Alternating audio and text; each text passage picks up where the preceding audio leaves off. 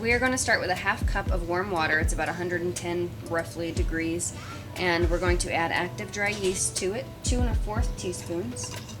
This is a 1 teaspoon and a 1/4. And to give the yeast something to feed to, we're going to add about a teaspoon of sugar. The yeast needs the sugar in order to react, to get the best reaction from it.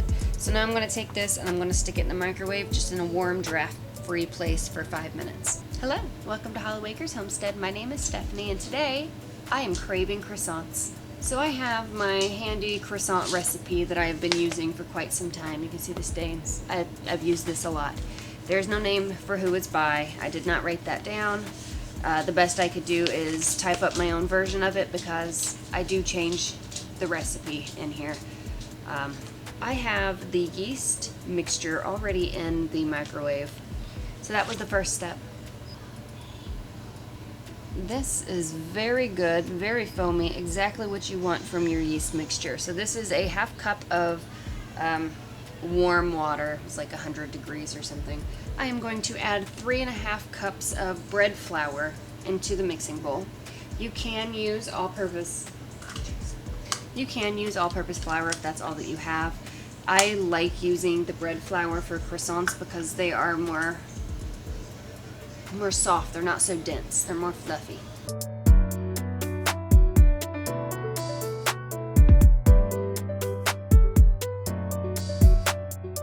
I have a little half line in here that tells me it's a half cup.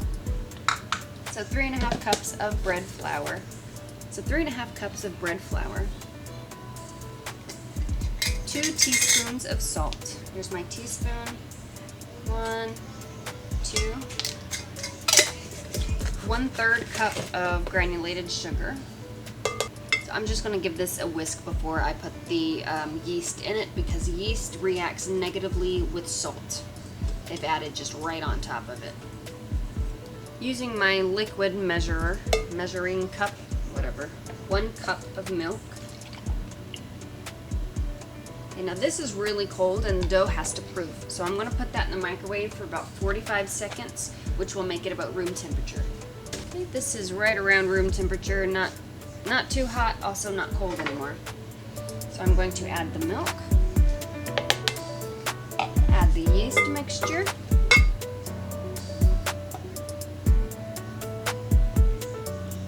add my bread hook, and mix. Okay, so I should have done this with the flour. I didn't write it down, and I know this every time. I add 1 teaspoon of baking powder into my dough because it just allows it to get a little bit more fluffy.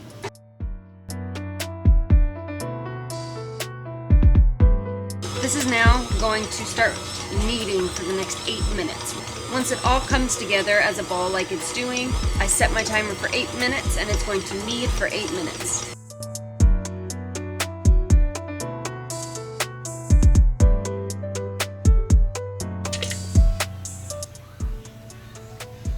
It is not too sticky, right where it should be.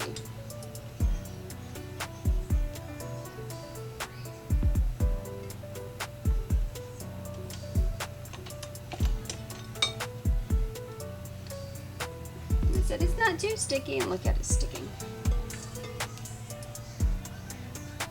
Okay. Dang it. Okay, this is just a little bit of flour.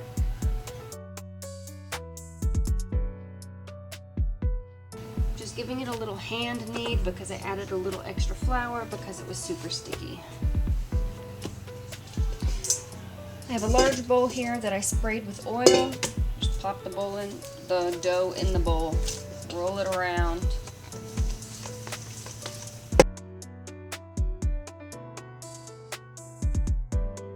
I preheated the oven to 175 degrees. I turned it off. The dough is now going to proof in the oven for 30 minutes, setting my timer now. And we're going to get started on our butter square. I am using Blue Bonnet butter. Butter sticks, I'm going to take 3 of them, mix it with 2 tablespoons of flour, and beat it until smooth and creamy. And I'm just cutting these into tablespoon-ish sections.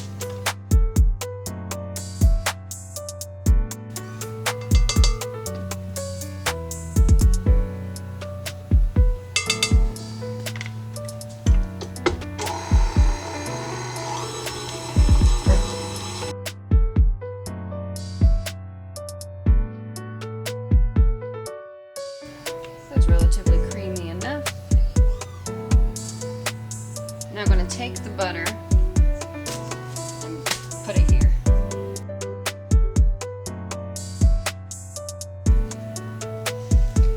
I'm just going to now spread this out the best that I am able.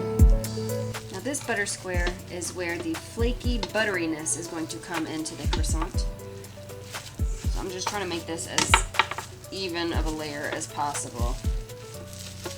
This is now going to go in the fridge for the next 30 to 45 minutes as the bread is proofing. Really 20 minutes. You know what? It took a while. I'm going to stick this in the freezer. You want this to be really cold whenever you start mixing it into the bread. We'll be back in about 25 minutes and roll out the bread and get it all croissanty. The waiting part is what takes the longest. I just pulled this out of the oven. It was in the oven rising for 50 minutes. It is now doubled in size. I'm going to turn it onto here and roll it into a rectangle. That might have been a bit much there. I am dusting the surface with flour. That seemed to be like a lot more than a dust. Okay, yep, messed it up. Okay.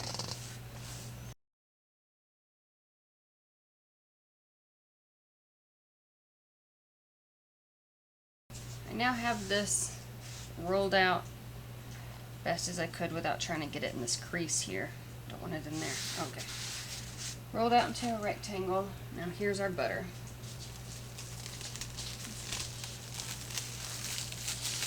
And this is why we use the saran wrap, so that we could very easily unwrap it. Now we take the dough and close it in on the butter. I'm going to pinch the seams closed, all the sides. Okay, so our butter is on the inside. We're going to place it just right back on the cookie sheet. Cover it back over.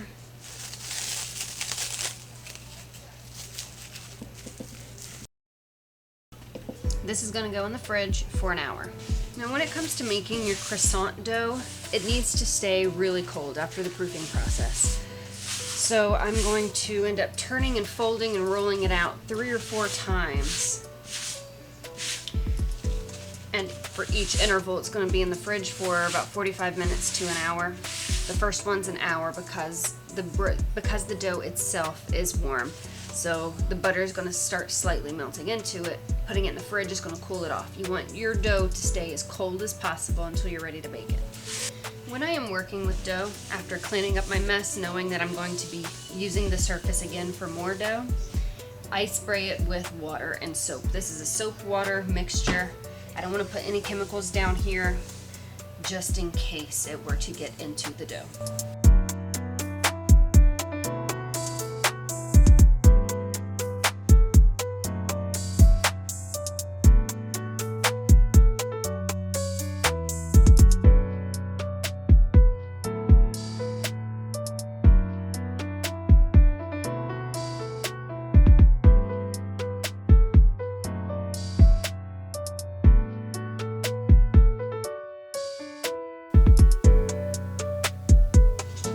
Now this is not the prettiest rectangle in the world, but it'll do.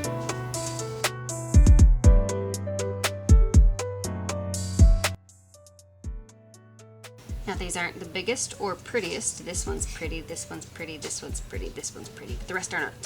4 pretty ones, but at least I'm going to get croissants. I am now putting this in the oven. The croissants are in the oven. I have a proof setting on my oven, so I proofed it, which is at 90 degrees. If you don't have the proof setting, you can preheat your oven to 175. Usually that's as low as they'll typically go. And turn it off once it reaches that point. Let it cool down a bit, and then put your bread into proof. They're going to be in there for about 60 minutes or until they are doubled in size. Next time I make croissants, I will definitely cut them larger and maybe even divide the dough up, because it was really thick and really hard to roll through. So I feel like I could have made that easier on myself, but you know, where's the fun in that? The butter melted. Well, those look sad.